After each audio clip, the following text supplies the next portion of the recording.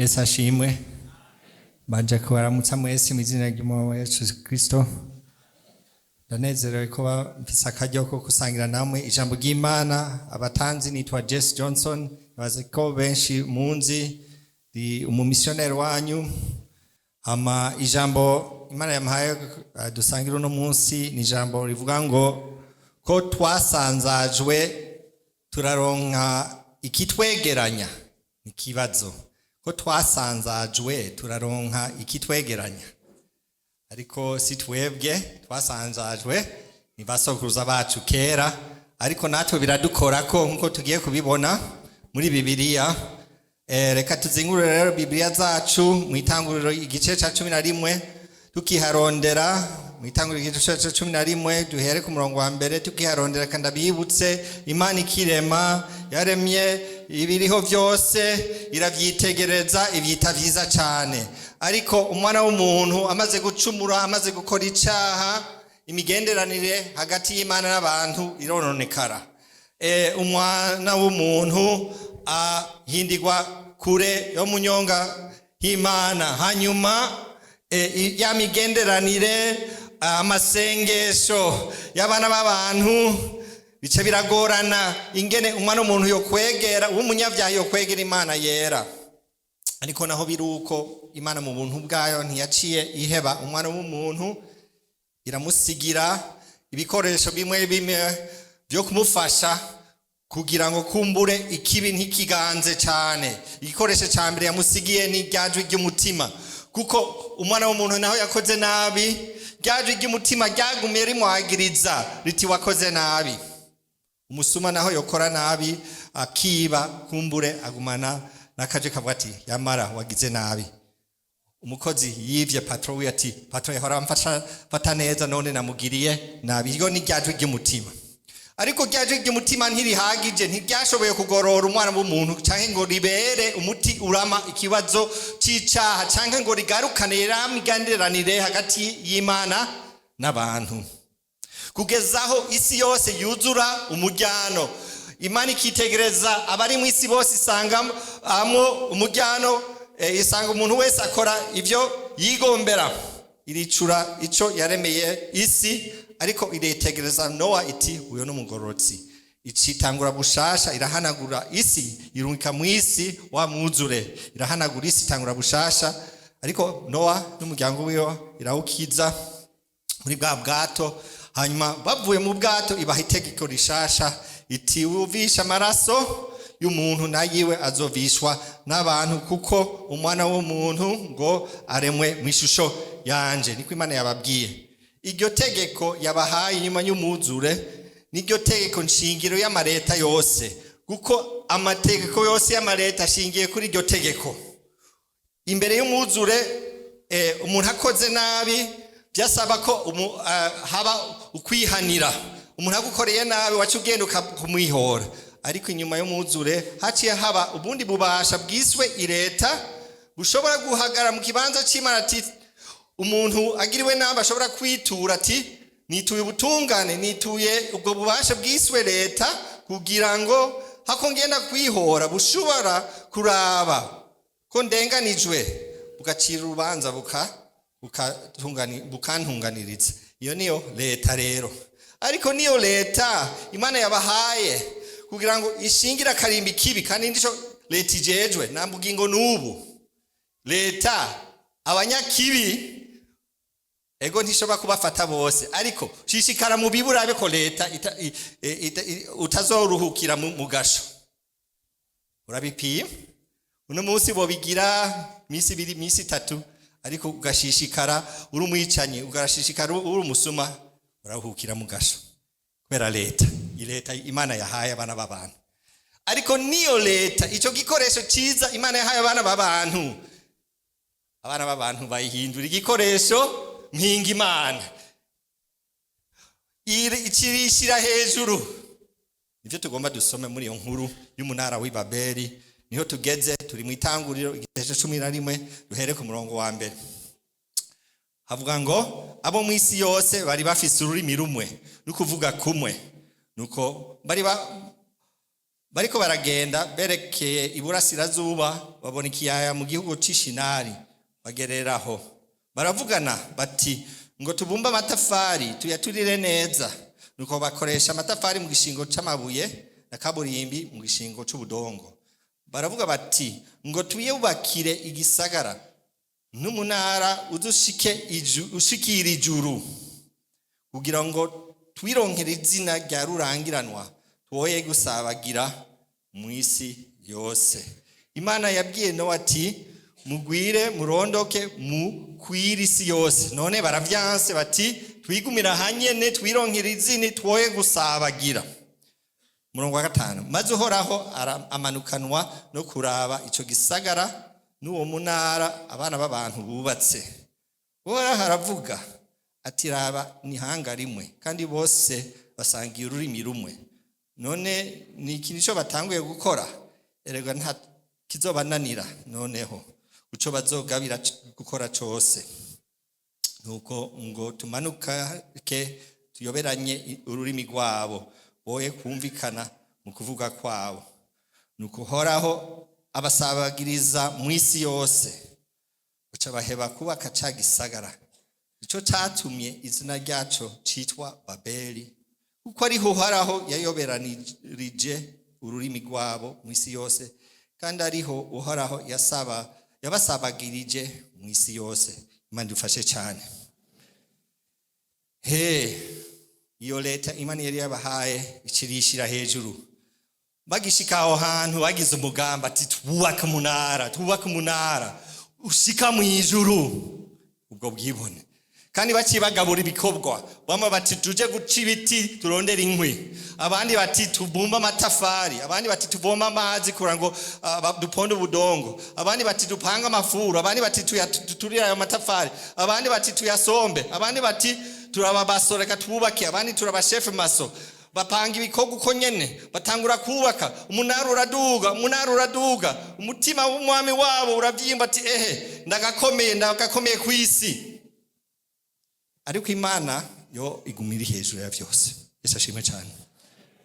Ku murongo wa 5 ati Imana mu kubiraba ati irunama irururuka umuntu nayo bari mugufi umukuraba akanyegeri kari kanyagara hasi abanza kunama kururuka.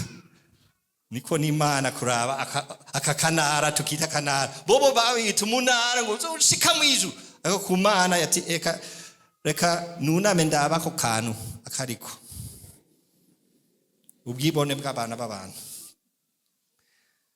bavuga ururimi rumwe abantu bose bari hamwe bari banse gusabagira bari bashize ingufu hamwe kandi abantu iyo bafise ubumwe bakora byinshi kandi bashika kubihambaye nabugingano turabona isi yose igashaka kuba imwe kirahuzwa n'amabarabara ikirahuzwa n'indege gahuzwa n'inguruka bumenyi ubwenge bw'abantu bugiye hamwe uno munsi hari iminara myinshi ikirubakwa hari ama building menshi ama etage ajya i Dubai hari etage isumba izindi zose yubatswe muri iyi myaka ya vuba ngira haraze nk'imyaka 5 yubakwa yitwa Burj Khalifa ipima imetero 829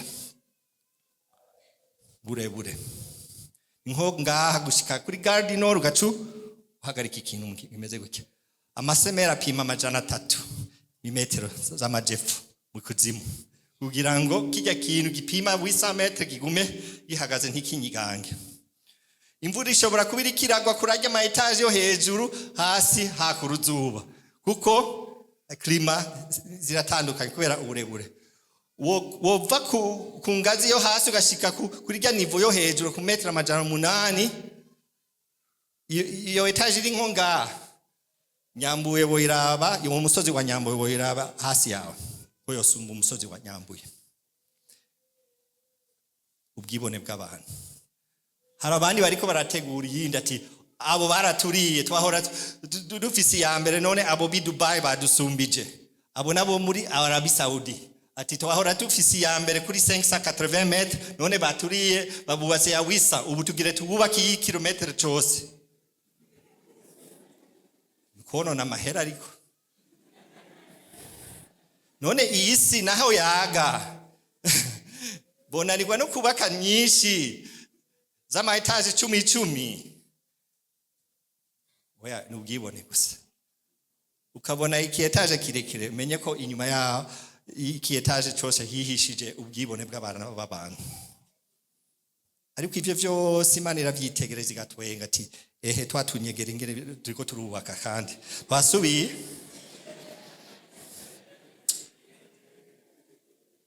isi yose yari yashize ingufu hamwe uno munsi tubona ivyubatswe i Dubai tutumvikana isi ikiri mu ntambare itikiri mu njyane nkuko tubibona ariko kijya gihe bari bamwe bavuga ururimi rumwe Imana iti ehe reka mbanze ndabavuruge urashaka kubona umuswa uri kurubaka ugafata gati ukaca wono nivyo zubatse zubatse umwanya munini ariko umuntu abyonona mu gisegonda Imana iti ijya bintu bariko barakora kandi abavangira ibintu kwanza ndabavuruge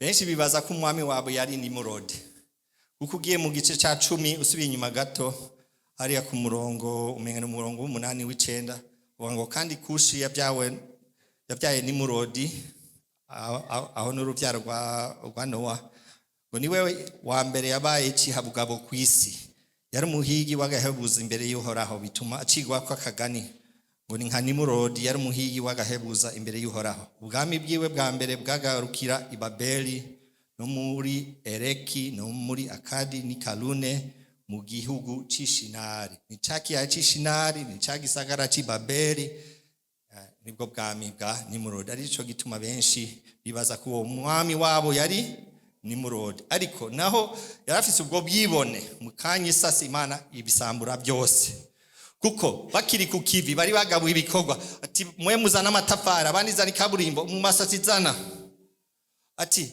he zana amatafari hageze ko Imana ivanga indimi zabo nabo ati uwundi aca yumva ati amende brick uyu muntu ambwiye ngo ibiriki ni biki ivyo biriki ni biki mfashe uwo muntu yatanguye gusara chiko iki niki ngwibiriki no amende brick oya jensavye amatafari apana ibiriki zani bibiriki ya ibikorwa bica biratabangana batangura kurondera uvuga ururimi bahuza ajyama ekipe yose arasambuka umwese arondera uwo bahuza ururimi barondera utugwi bavuga ikirundi hariya bavuga igifaransa hariya gutya utugwi ca barasabagira rero ku isi yose Imana iti sawa kandi ntibyahereye aho kuko babananije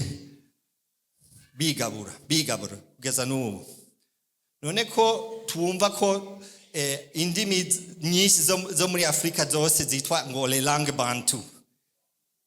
bantu zifise isoko rimwe ikirundi kinyarwanda n'indimi zishaka gusa zifise isoko rimwe ariko harageze igihe abavukana batandukana hakavuka urundi rurimi iziburaya naho ikiespanyol igifaransa ikiitalien zose zikomaka ku kilatini kare bose bavuga ikilatini kubera ububasha bw'abaroma mu nyuma barashwana baratandukana bigabura mu bwami bwinshi uno munsi mu Espanyol no mu France ntibumvikana ivyo byose namasigarira n'ingaruka zibabere amacakubiri y'amoko amacakubiri y'ururimi byose byavuye hehe hariya ibabere Imana yaburuza ibintu gutya ibintu bica birononekara kwera icaha cyo kwishira hejuru ubumwe ni ikintu gikomeye ariko iyo butosekaye haba ingaruka nyinshi ivyo byose kandi byavuye kuki kuri za ngaruka z'icaha kijya caha cyo muri Edeni iyo yabaye nk'ingaruka ya nyuma ya kijya caha cyo muri Edeni hanyuma inyuma yaho niho tubona Imana iti ko ivyo byose byanse ikamuhamagara umuntu umwe Aburahamu hama ihanga rizomukomokako kumbure hazovamo umukiza azoshobora gusubiza ibintu mu buryo. Yesu ashimwe cyane. Sizi ko murabona umusazi yinjira muri stoke ngo agira ategure ateka isupu aronona ibintu byinshi. Umusazi afata amamesa afashe n'ibiro bibiri by'isukari asutsemo amamesa aravanze ngo akoze ubuyi ashize mu dukomba ashiriye abana ati ni munywe nakoze ubuyi.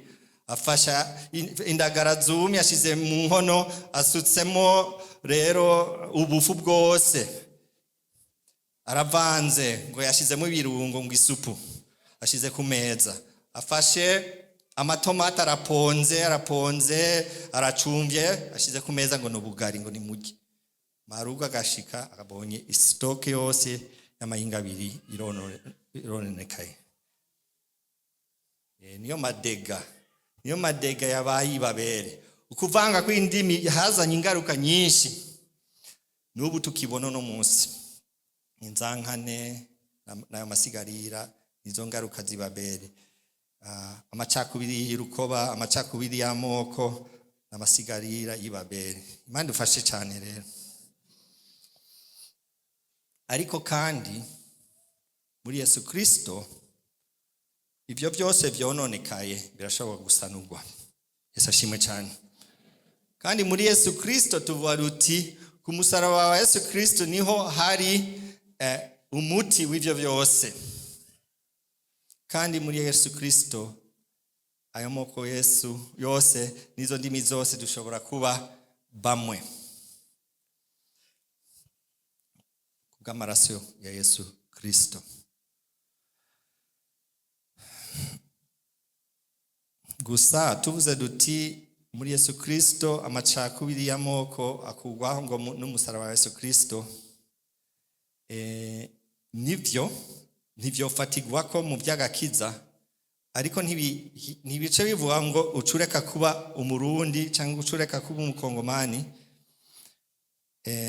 kuko umukristo w'umurundi aguma yitwa umurundi, umukristo w'umubembe aguma yitwa umubembe, umukristo w'umufaransa aguma yitwa umufaransa. Nabyo nyene n'amasigarira y'ibaberi. Rero ariko Imana mu bwenge bwayo ikoresha ivyo byose kutuzanira iciza.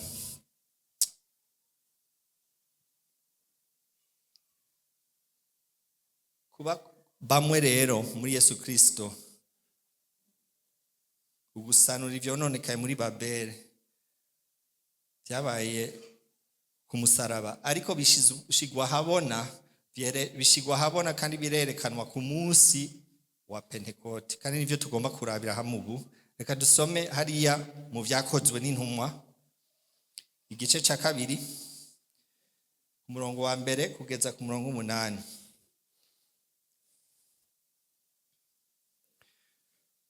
Namba hari byononekaye hagi Babeli, ingaruka ikaba ayo macakubiri, ingaruka ikaba ukutuhahuza k'ururimi, ingaruka ikaba izo ntambara, izo nyankane. Umunsi wa Pentekote Yesu yavuze ati byo byose muri Yesu ntaco bitwaye, mushobora kuba bamwe. Yesu ashimwe cyane. Vyakozwe n'Intumwa igice cya 2 duhere ku murongo wa 1 kugeza ku murongo 8. Umunsi wa Pentekote ushitse bose bari bakoranya ahantu hamwe, haza igihinda kivuye mu ijuru giturumbuka no guhuhuta k'umuyaga w'inkomezi gikwira hose mu nzu bicayemo. Hababonekera ibirimi bigabanije nk'ivy'umuriro bibaja kumumwe. Bose buzuzwa mpwemu yera batangura kuvuga izindi ndimi uko mpwemu abahaye kuzivuga. I Yerusalemu hari abayuda bamyeho, abagabo bubaha Imana bari bavuye mu mahanga yose yo munsi y'ijuru. Ico gihinda kicumvikanye akorana abantu benshi, barajoregwa kuko umuntu wese yumvise ururimi rw'iwabo baruvuga. Barumigwa bose baratangara bati mbega abo bose bavuga s'abanyagalilaya? kandi iki gitumye twese tubumva bavuga indimi z'iwacu izo twavukanye turi abapariti n'abamedi n'abelamiti n'abami Mesopotamiya ni Yudaya ni Kapadokiya ni Ponto no muri Aziya ni Furugiya ni Pamfiliya no muri Egiputa no mu bihugu vy'Ilibuwa biherekeranye ni Kureni n'abi Roma bagerereye ino abayuda bo n'abatoye idini yabo abakirete n'abarabo tukabumva bavuga indimi zacu ibitangaza by'Imana bose barumigwa barazazanirwa barabazanya bati ibi ni biki ariko abandi barabanegura bati baborewe igisama. Yesu ashimwe cyane. Uwo munsi habaye ibimenyetso bidasanzwe. Imana yakoze ibimenyetso muri bo.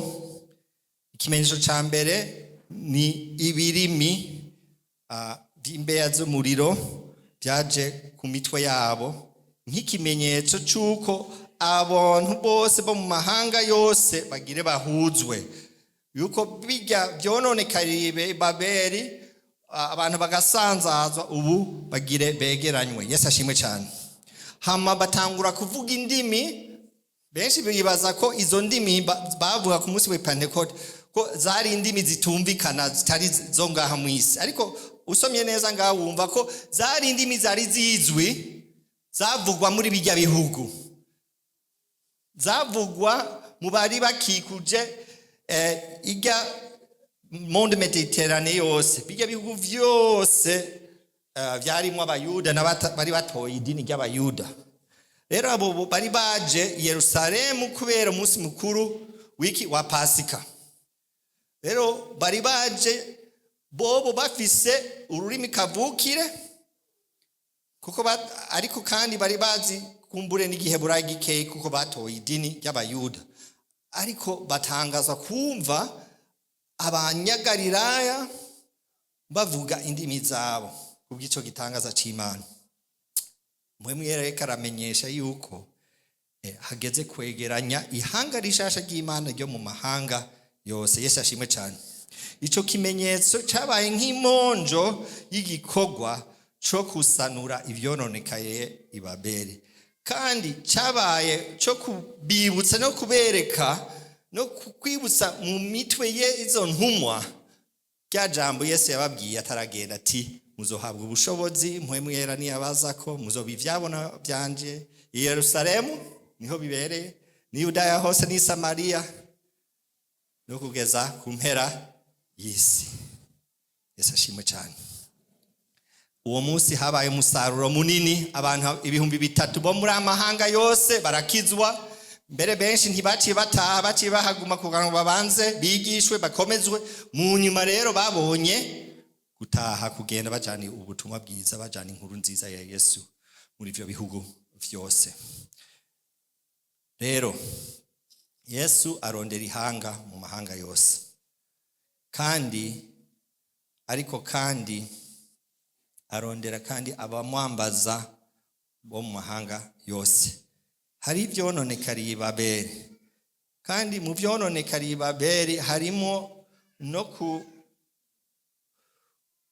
hariho ivyaha dukora twebwe, ariko hariho n'ibindi vyaha byazanwe na Babeli, kuko ivyaha byimutse. Hari ivyaha abantu bakora ku gatwe kabo, ariko uno munsi turabona ibiteye ubwoba, aho igihugu gikomeye gitera ikindi gihugu gitoye, aho igihugu gikomeye gishobora guhotera ikindi. Ibi byose ni ingaruka z'Ibabeli. Ariko kandi buri bwoko buri rurimi, buri culture canke buri rurimi rufise umuco waco, ninge nabo bantu bateye nibibagize intege nke zabo nivyo zishoboye. Rero n'ivyaha rero ntibikira ivyaha gusa umuntu akora. Hariho ivyaha vya Kirundi, hariho ivyaha vy'Igikongomani, vya Kibembe, hariho ivyaha vya Kigande, hariho ivyaha vya Kigikuyu, hariho ivyaha vya Kifaransa, hariho ivyaha vya Kinyamerika. Umufaransa ashavuye catangura gutukana, umubirigi ashavuye aca yivumbura. Sinzi wambwiye ngo umurundi w'abarundi ngo ni njyajya. Sinzi ko yabeshe uwo muntu yambwiye ivyo. Ngo umurundi baguhisha kwa kwanka nawe ukamuhisha kubizi. Kumbure si bose kandi n'abo Faransa si bose, ariko hariho ivyaha bimeze nk'ingwara y'akaranda turagwa n'abasokuruza bacu. Na Paulo yarabivuze ko ngo hariho ivyo twatojwe ngo twarazwe n'abasokuruza bacu, ariko ubu twaramenye Yesu bimwe bikwiye guhinduka. Rero ivyo vyose ni ingaruka zibabere, ariko muri Yesu Kristo ivyo vyose birasanurwa, kuko ubu mwe yatugize umwe, kandi ubu Imana ikirarondera ubwoko bushasha bwayo mu moko yose, mu ndimi zose. Ariko igitangaje kandi kinezera nuko iyo ataba Babeli, uburyohe bw'amatazirano yo mu ijuru hari kuba habuzemo ikintu. Naryohewe cyane groupe de louange yashizemo ebasha kinyafrika kabisa. Naho no baterura iyo groupe de louange nkabajana muri Amerika, abantu boryoherwa ariko ntibomenya n'ingene bakoma amashi. Bokoma amashi nabi bahushagurika kuko ntibazi aya maritme y'ikinyafrika. No gutamba basanga batamba a contreta. Biri mu maraso kuko ni ngabire, ni don y'Imana. Kandi ivyo ni ubutunzi buzofasha mu matazirano habwa Imana imbere ya ntebe nitwatazira Imana iyo mu ijuru. Yesu ashimwe cyane. N'abahindi bazozana kiwabo na y'amagitari manini yabo afisi ijana. N'abashinwa na kwa gutamba kwabo bagira gutya, nzawe iryoshe cyane. Byavuye mu cyaha ariko biva mu gihano. N'ubu tubona ingaruka mbi yavyo kuko hari inzankane, ariko Imana yowe mu buhinga bwati reka ndabicungure. Ya stoko yarononekaye, ama ingredient byose ivyari muri yo biravangana, ariko Imana iti reka ndabivangure hama ndayikoremo isupu nziza izohesha Imana icubahiro. Ko nukinjika azi n'umuhinga wo gukora byose neza. Hanyuma imbere y'iyo ntebe y'Imana tuzoba duhari twese abo mu moko yose. Reka dusome ibyahishuriwe Yohana igice cya 5. Abarimbi bitegure kuza kubongira ndangitse. Ibyahishuriwe Yohana igice cya 5 ku murongo w'9. Aho ni bya binyabugingo n'ababakuru bari imbere y'Imana. Yesu niwe yakoze igikorwa, hama bija ku mugaragaro ku munsi wa Pentekote. Ati bararirimba indirimbo nsha, bati birakubereye kwabira igitabo no kumena bikimatanije uko wishwe ugacungurira Imana abo mu miryango yose no mu ndimi zose no mu moko yose no mu mahanga yose, ubacunguje amaraso yawe. Byahishuriwe Yohana 7 ku murongo w'9 no w'10. Aho ni igikorwa cha Yesu. Twabanje kubona igikorwa cha Yesu yuko arondera, yacunguye abo mu miryango yose no mu ndimi zose no mu moko yose. Ubu naho tubabona bari imbere y'intebe y'Imana. Igice c'indwi ku murongo w'9. Hanyuma y'ivyo mbona ishengero rinini atawoshobora kuriharura, bo mu mahanga yose n'imiryango yose n'amoko yose n'indimi zose, bahagaze imbere y'iyo ntebe n'imbere y'umwagazi w'intama, bambaye imvune zera, bari n'amashami y'ibigazi mu minwe, basemerera n'ijwi rirenga batagakiza na Imana yacu ivyagiye kuri irya ntebe na kumwagazi w'intama. Imana ishimwe cyane. Mu ijuru tuzoririmba mu ndimi zose no mu midiho yose. iyo hataba Babeli bagenzi, iyo midiho yose ntitwari kuyisanga mu ijuru. Rero Imana yacu n'igitangaza, irazi guhindura n'icobaye kibi ikagihindura iciza. None mvuga iki ngire ndangize, natanguye mbaza nti ko twasanzajwe turaronka ikitwegeranya. Egome cyane, ikitwegeranya ni amaraso ya Yesu Kristo. Ikibazo ca mbere kuri wewe uno munsi ndakubaza mwene data ni bega warayozemo? Bega muri rya koraniro ry'amahanga yose rigizwe n'abo mu mahanga yose uzoribamo? Uzoba mu batazira uwo muhagazi w'intama mu rurima rwawe rw'ikirundi? Ico gihe nimba utaroga mu maraso ya Yesu siho uzoburi, ariko n'umwanya mwiza wawe wo koga muri aya maraso, wo kwakira agakiza gahabwa ku buntu, kuko ushobora kwinjizwa mu muryango munini ugizwe n'amahanga yose niwakira ako gakiza. Ivyaha vyatumye dusanzazwa tuja mu rwanko, mu ntambara, mu kutumvikana, ariko no munsi ushobora kuronka umuryango munini wo mu vy'impwemu. Umwanya mwiza rero wawe wo kwakira agakiza no koga muri ayo maraso kugira ngo uzohabe uwo munsi imbere y'iyo ntebe uririmba kumwe n'abandi.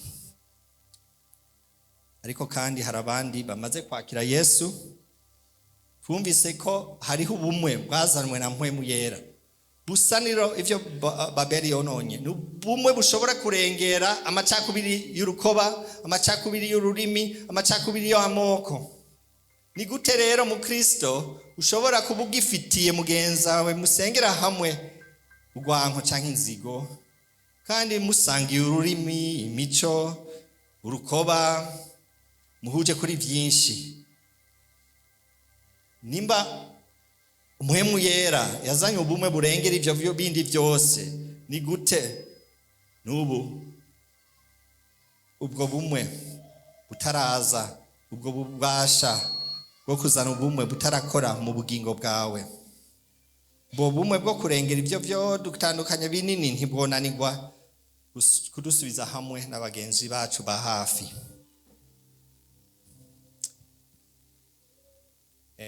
Numvise ko ishengero gihaye kwiga kubyerekeye ikanguro mwigishwa na Mutamacho Leopold, ni vyiza cyane, ariko ikanguro rihera mu bumwe, kandi ubumwe bihera mu guhitamo mu mutima wawe ati ndiko ndarondera ubumwe n'abagenzi banje. Umuntu wese akarondera ubumwe.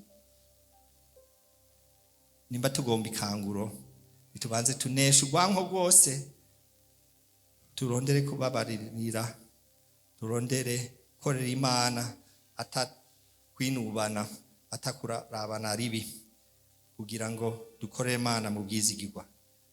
Nimba hari ico ufise kitameze neza kuri ivyo, rero n'umwanya wawe wo gutunganya no kwisuzuma.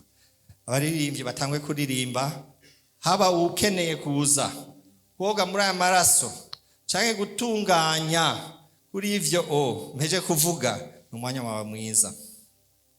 Ikigira gatatu ni kirya natinye gato kuvuga, ariko mpwemu w'Imana yambwiye ati kivuge ntaco ntibazokugirira nabi. Ni kirya c'icaha gishobora citwa ko ari caca karanda. Hari uko abantu bateye, uko amoko y'abantu bateye, hari uko abanyamerika bateye, abafaransa bateye. Ushobora kuba wumva ijwi ry'umutima cyangwa mpwemu w'Imana kubwira ati ego kweri ndi wa Murundi tipiki ngwayirya ngwara ya karanda kabasokuruza kuburyarya, ariko siko nshaka kuguma, nshaka kuba utagira ubugunge. Mana mfasha burya buryarya bumvemo, nshaka kugira kuba intungane atagira ubugunge, kugira ngo ndagukorere mu bwororotsi. Nimba wumva na mpwemu w'Imana akabikugoberamo, nawe nyene umwanya wawe mwiza wo gutunganya. Karibu baririmbyi. Nabuze ibintu bitatu, kaba uri muri iyo migwi itatu karibu uze ngaho imbere usenga Imana. Abakozi b'Imana mu kanya baraza bagufashe n'isengesho, nawe wisengere mu mutima. Imana irazi umutima wawe, irazi aho ubabaye, irazi ibyakugoye. Mbega urifuza yuko ibyo byose Satani yononye byosanurwa mu mutima wawe? Hari bimwe tutazobona bisanurwa mu buryo bw'umubiri, tuzobona mu ijuru gusa, ariko mu buryo bw'impwemu byononekaye ibaberi bishobora gusanurwa n'umunsi nyene. Ushobora kugira umuryango munini, kumbure wavutse uri imfuvyi ata muryango ufise, ariko ushobora kugira umuryango munini ugizwe n'amoko menshi. Ushobora kuba imbere y'irya ntebe uririmba mu Kirundi, abandi barimba mu Kidagi, abandi barimba mu Gifaransa, wese dutazi yaducunguye.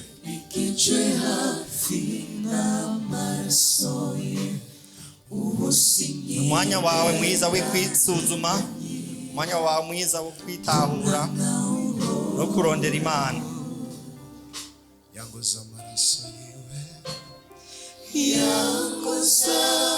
Imana ikeneye abo mu moko yose, yarondeye gucungura abo mu moko yose, yarondeye Abarundi, yarondeye Ababembe, yarondeye bose. Nta bwoko na bumwe yashize inyuma, yarondeye bose. Yagiye ku musaraba, yatumbereye bose, kugira ngo ntihazobe ubwoko cyangwa ururimi rumwe ruzobura kuri wa munsi, kugira ngo hazobe umudiho n'umwe ubura kuri wa munsi.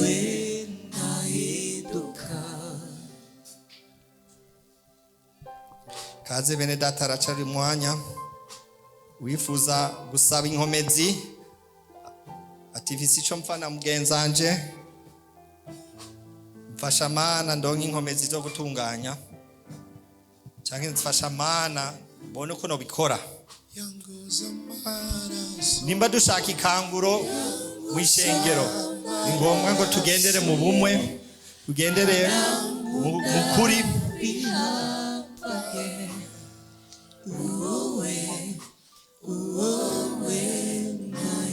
Imana ni umuhinga wa byose, irazi ko ikora byiza muri byose.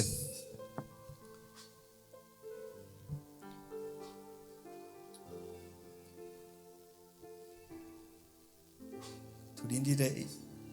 Kaze mwene data.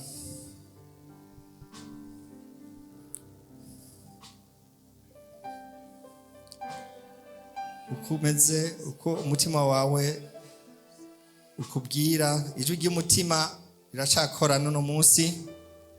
Ntirihagije, ariko rifashanya na mpwemu yera uno munsi, kugira ngo mpwemu w'Imana arushiriza kuturongora. Bazotubwira ibyo kwihana no kugororoka, atwibutsa n'amajambo ya Yesu, harimo n'ibyo kwihana n'ibyo.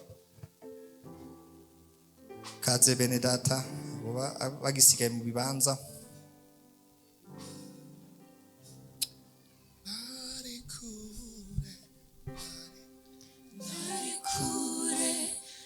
Shiringiro namba narifise amasezerano y'imisaza, nari kure y'Imana, ariko ubu nigejwe hafi n'amaraso ye, ubu sinigera niganyira, umwana w'uhoraho, ariko ubu nigejwe hafi n'amaraso ye, ubu sinigera niganyira, umwana w'uhoraho. Kadusabe abakozi b'Imana begere abo bashoboye kuza kwisabira inkomezi ku Mana. Dusabe n'ishengero ryose rihaguruke kugira ngo dusenge, twisabire inkomezi, twisabire ubumwe, twisabire ukugendera mu nzira zayo. wisabira ikanguro. Karibu mutamu.